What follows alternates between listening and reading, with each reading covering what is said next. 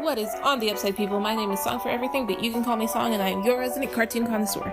Today is a movie day, so I watched a movie, and that movie was Paranorman, because, it's October, it's almost Halloween, so I'm thinking, because I only have one movie day a month, this will be it. This will be my Halloween special movie, I guess. And next week we'll have a Halloween crit, and then a Halloween top 5, and it'll be fantastic. Anyway, so obviously I watched Paranorman, and I had never actually seen Paranorman before. I remember seeing the trailer in theaters. I don't remember what I was watching, but I remember seeing the trailer for Paranorman, and I didn't want to see it because it seemed too creepy for me, and I'm a paranoid person, and I didn't want to deal with that, but I did it anyway, and we'll get into what I think about it. Okay, so backstory. Paranorman is a 2012 film made by Leica Studios, the masters of stop motion. My God, they know what they're doing with this animation, man. It's really good. So there's a plus right there. It looks phenomenal, and everything is super fluid and super crisp, and you wouldn't even tell. Sometimes I forget that it's stop motion at all, so that's really cool, I think. So let me get into what I thought about the movie. Spoilers, as always, for these things. If you have not seen the movie yet, I suggest you either do so or skip to the end where I give my verdict. Alright, basically Paranorman is about a boy named Norman, as the title might suggest, and he can see dead people.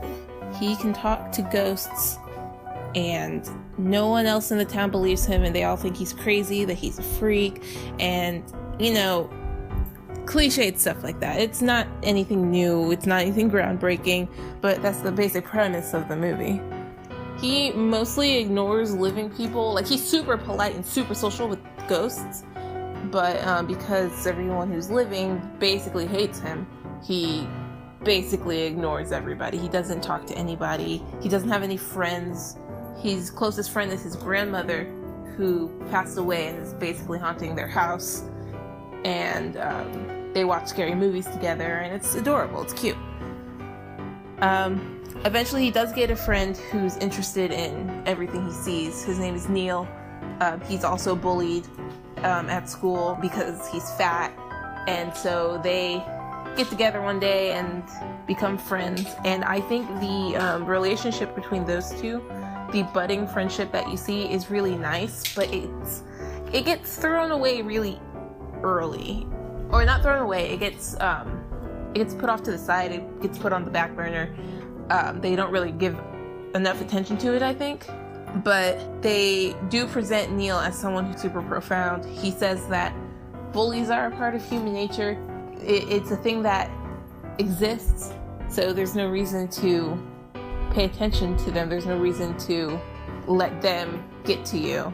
That ends up being a message throughout the movie, where there are people who will think of you as different and will make fun of you for it, will isolate you for it, but just keep being you, and eventually you will find a person who likes you for you, and you can be you around them, and you just have to wait for that person to show themselves, or you have to go find that person.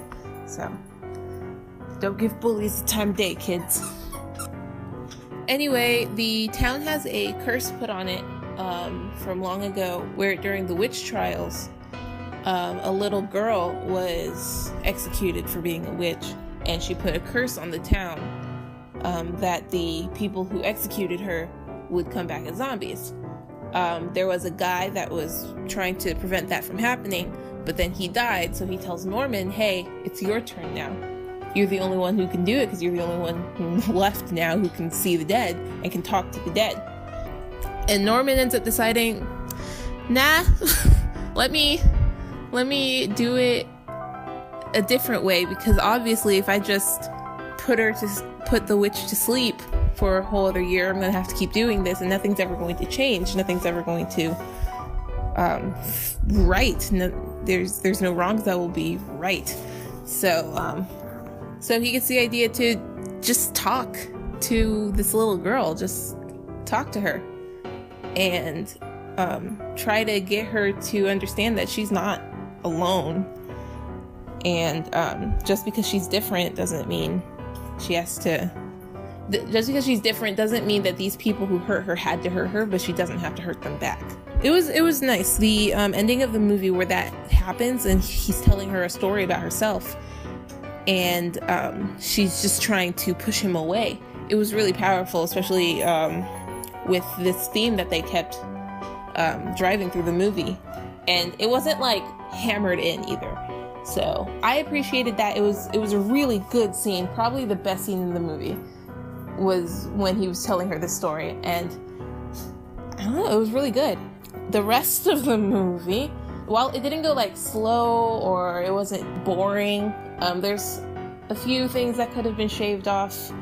And the party members, the people he travels with through the movie, the people he's hanging out with through the movie, they're all just dumb and I hate them.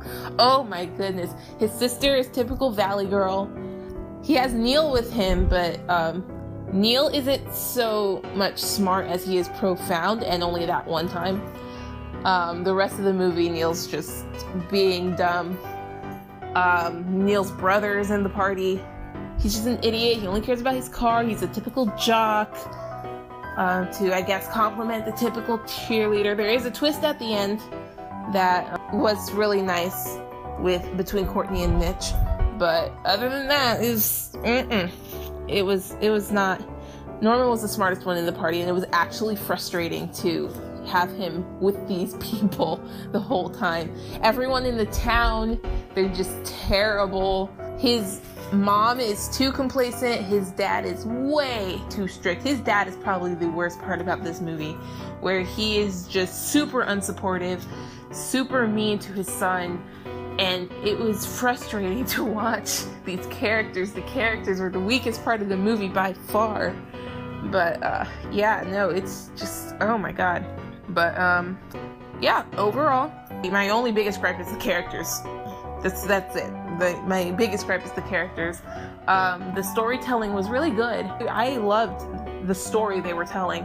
The animation, oh my goodness. If you want some good stop motion, you look for a Leica movie. They are the masters of stop motion. Final verdict, I definitely would give this a tune in. I think you should give it a watch, even if it's the only time you ever watch it. I think it's a good movie to have seen. If you've seen the movie, let me know what you think. Please give me suggestions on what I should watch next. I have the hardest time trying to pick movies for this channel, so if you guys have anything you want me to watch, definitely let me know. And help me get to 100 subscribers if you like this video, so like and subscribe. And join me next week for a brand new critique where I'll give you a hint. It's definitely a little grim. Alright, I'm gonna have a good time today, and I hope you do too. Thanks for watching.